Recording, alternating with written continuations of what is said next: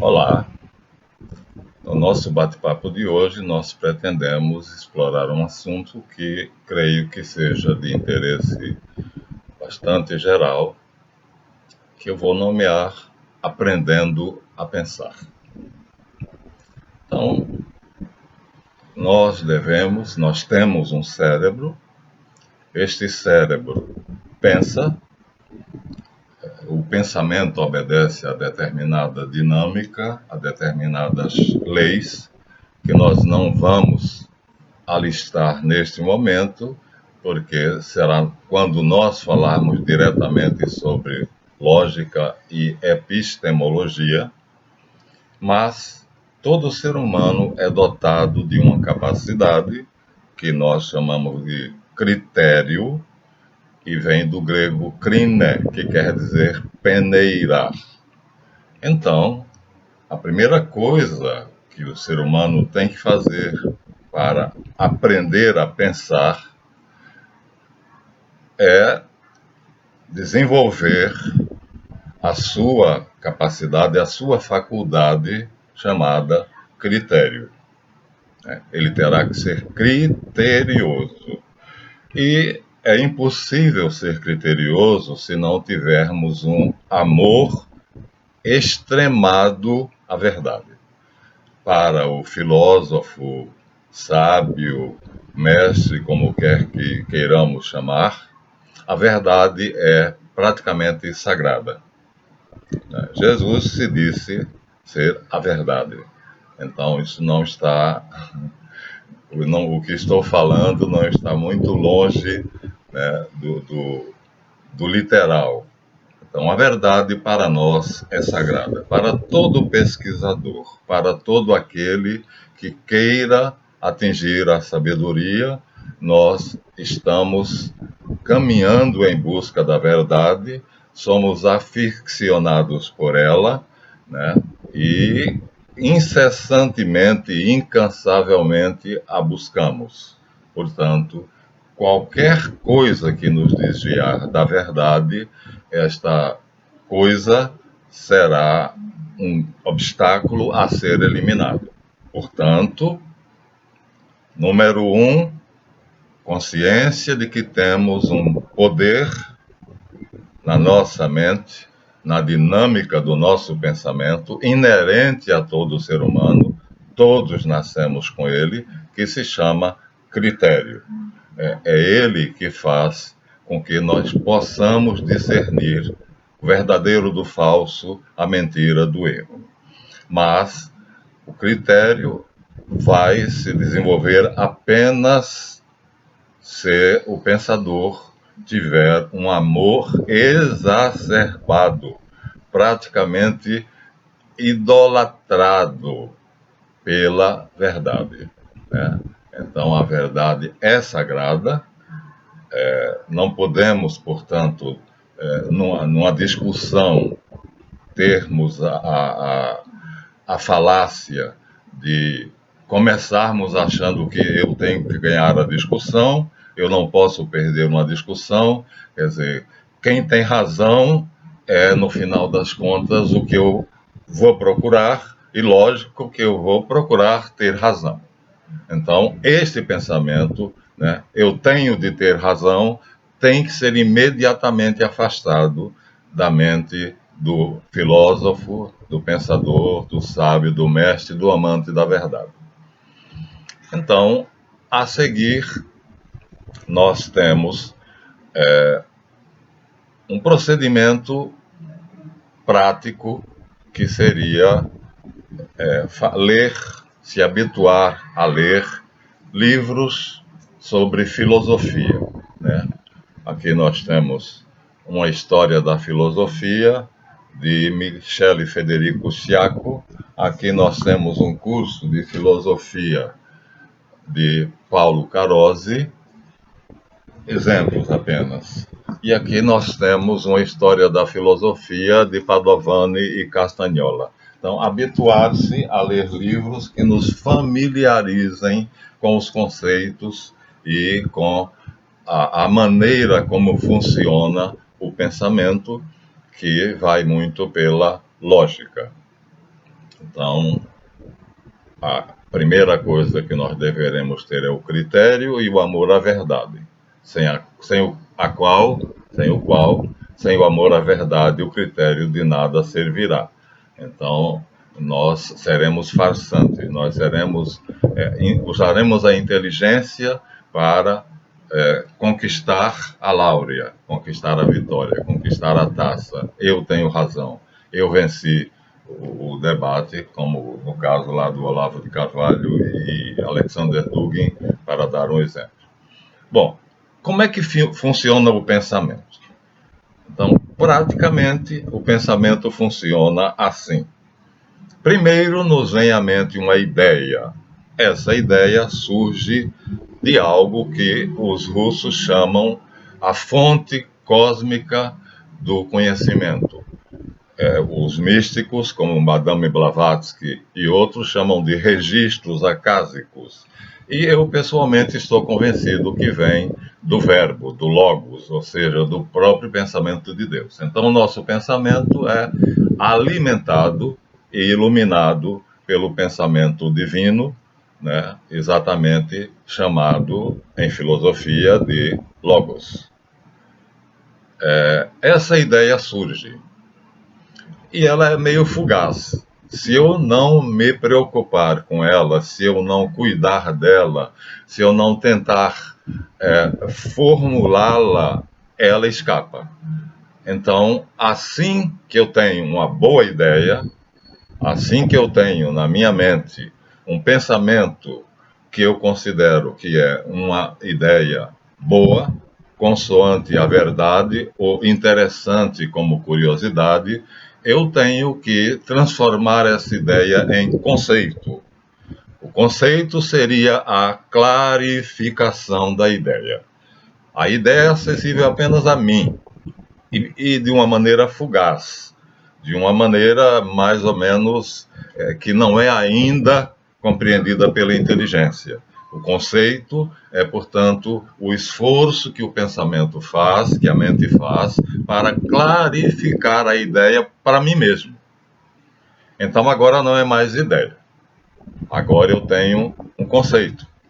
Por exemplo, quando Thomas Alva Edison imaginou substituir as tochas que ficavam e eram acesas nas ruas antes dele ter inventado a lâmpada elétrica, em determinado momento, segundo ele diz, em um lugar específico que ele tinha comprado para poder ficar com calma, pensar com calma, ter um contato com a natureza, sem estresse, sem influências que atrapalhassem o pensamento dele, um lugar onde ele pudesse ter comunhão com o meu conceito de verbo, ou a fonte do conhecimento, a fonte cósmica do conhecimento, como falam os cientistas russos, ou os registros acásicos. E aí, em determinado momento, veio a ideia que iniciou toda uma série de processos dinâmicos na sua mente, que terminou por fazer com que ele chegasse à construção, né, de um artefato que queimava, acendia, iluminava. Inicialmente, esse artefato, o filamento que queimava, queimava a si mesmo rapidamente, e ele foi então substituindo aquele elemento por outro elemento, até que conseguiu um elemento que ficasse queimando sem se destruir a si mesmo, e estava inventada a lâmpada. Então, primeiro vem a ideia, depois o conceito. Mas o conceito torna a ideia clara para mim. Eu agora tenho que fazer com que este conceito se torne claro para os demais, para os outros. E como é que é a operação de tornar o meu conceito do que for, de Deus, né, do que é o homem, ou qualquer coisa, né, que já está claro para mim. Portanto, eu já tenho uma noção clara da minha ideia. Eu já a conceituei. Eu já a transformei em um pensamento claro, nítido. Digamos assim, eu já a defini para mim. Agora eu tenho que fazer uma análise para ver como é que aquele conceito vai se tornar igualmente claro para os outros.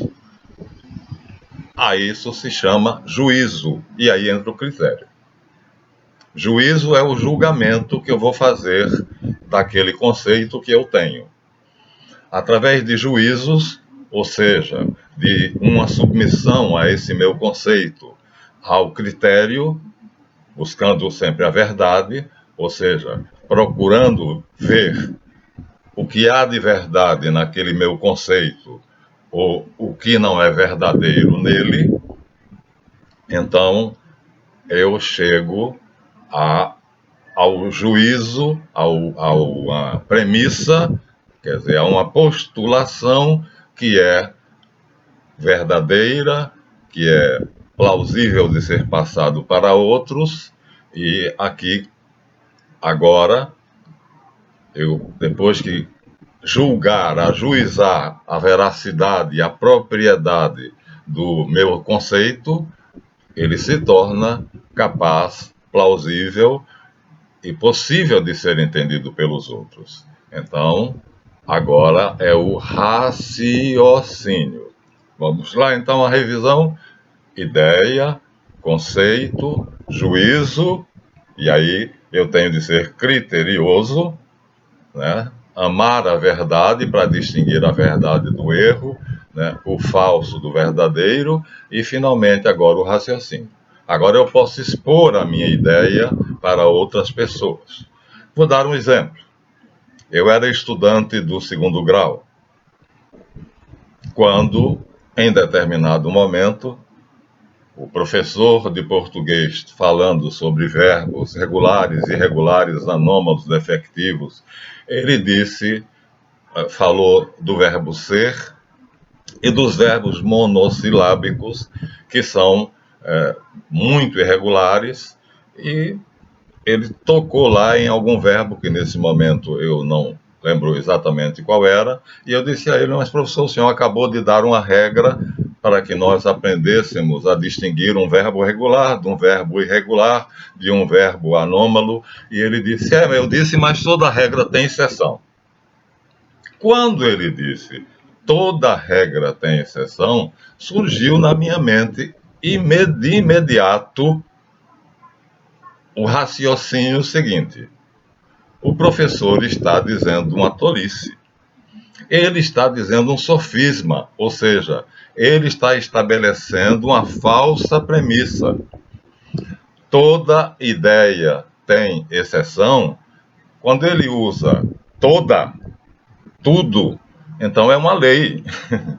E uma lei, se você joga algo para cima, esse algo cai. É a lei da gravidade. Você não pode jogar algo para cima a não ser que ele tenha um motor que o continue impulsionando, ou a não ser que ele seja muito leve e a força da gravidade em determinado momento vai puxá-lo de volta, então, em determinado momento ele cai. Então, se é uma lei, não pode ter exceção. E aí eu falei para ele: professor, isso é um sofisma, porque se toda regra tem uma exceção, o senhor está enunciando uma lei. E uma lei não pode ter exceção, né?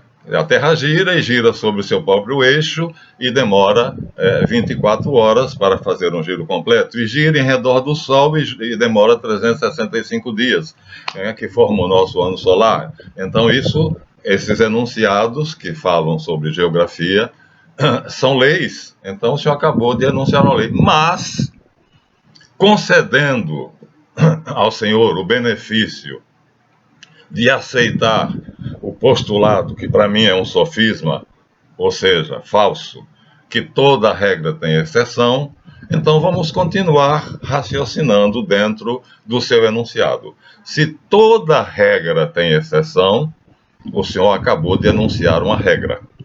O senhor disse toda. Então, quando se enuncia algo um postulado em que se usa a palavra tudo ou toda, está se anunciando uma lei ou regra. Logo, toda regra tem exceção, é uma regra, né? E para ela ser verdadeira, se ela diz que toda regra tem exceção e ela é uma regra, logo ela tem que ter uma exceção. Toda regra tem exceção. É o postulado. Ora, esse postulado é uma regra. Logo, para ela ser verdade, ela tem que ter uma exceção. Tá certo? E aí, a exceção dela seria uma regra que não tivesse exceção, o que a contradiz. Porque se ou toda regra tem exceção, ou pelo menos uma regra não tem exceção. Ele riu e disse: vamos continuar a aula, que eu não sou professor de filosofia. E nós continuamos, mas eu achei interessante aquele pequeno momento em que eu exercitei a minha capacidade lógica e critério. Recentemente, dando outro exemplo, vendo um vídeo do professor Olavo de Carvalho no seu curso de filosofia postado por um dos seus alunos, ele coloca o nosso queridíssimo professor e erudito Otto Maria Carpo como sendo um dos poucos brasileiros que lê, que tem cultura, que tem erudição, e não é qualquer pessoa que pode conversar com o professor Otto Maria Carpo. E aí ele coloca agora o postulado dele. Tem que ter nível universitário. Mas, como ele não tem nível universitário, porque ele não terminou o curso universitário, naquela minha época e dele, era o primário, o ginasial e o universitário, o primeiro grau, segundo grau, terceiro grau. Ele interrompeu os estudos dele no terceiro ano e nunca mais voltou. Então, ele não tem nível universitário. Para não se referir a si mesmo, que ele se acha o bambambam, ele deu exemplo de uma determinada pessoa que ele nomeou, que é autodidata e que, segundo ele afirma no vídeo, que é do curso de filosofia, é um dos vídeos que faz parte do curso de filosofia dele, esse cidadão autodidata como ele, chegou a um ponto, através das diversas leituras, do exercício da lógica e do critério, a um ponto que, não tendo sequer terminado o curso ginasial, ele teria nível universitário, porque ele seria capaz de dialogar com o professor Otto Maria Carpo, que, na verdade, seria para ele a referência de erudição e de cultura no nosso Brasil. Bom, mas ele diz que isso é muito raro e muito difícil, e coloca que, na verdade, a pessoa que ele tem certeza que poderia dialogar, conversar sobre qualquer assunto com quem quer que seja, é ele.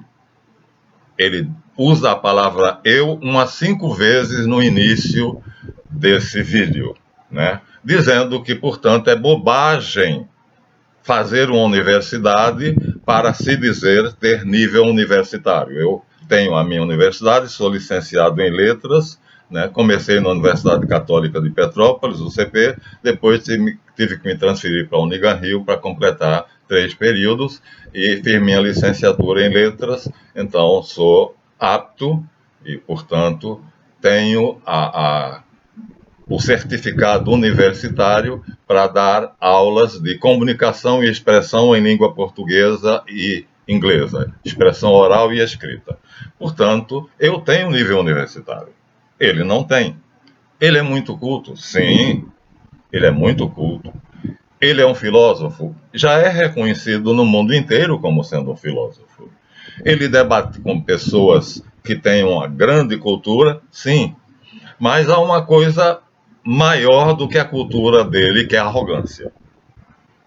Né? Quer dizer, em 10 minutos de vídeo, ele usou a palavra eu para se auto-endeusar e dizer que poucas pessoas no Brasil sabem ler. Quem sabe ler neste país é o título do vídeo. Então,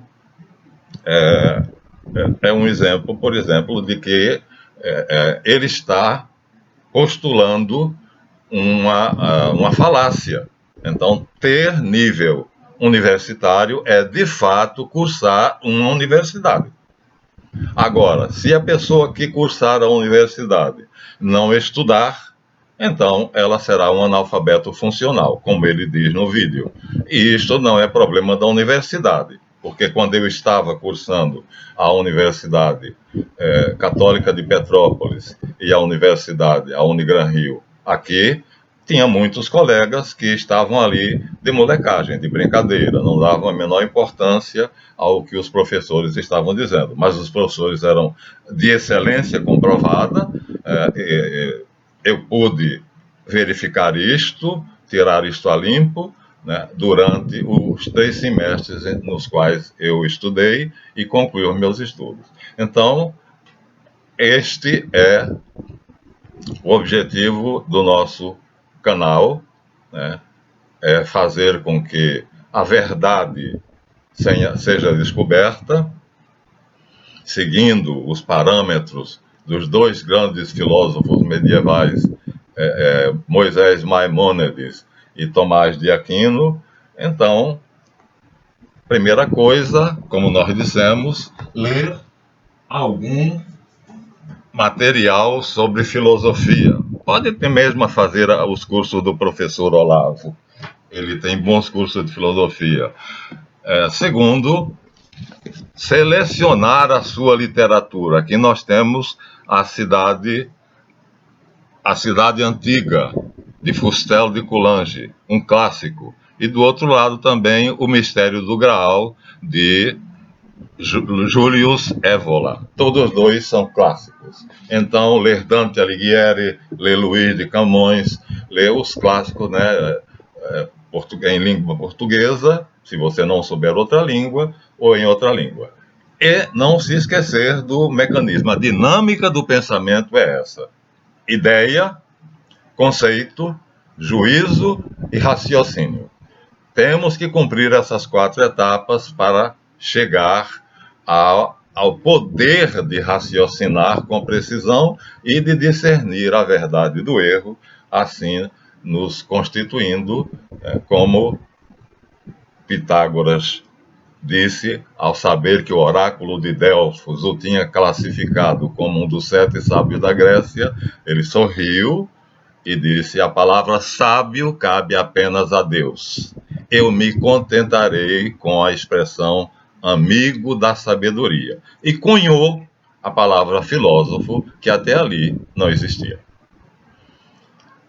Então, essa é a nossa aula.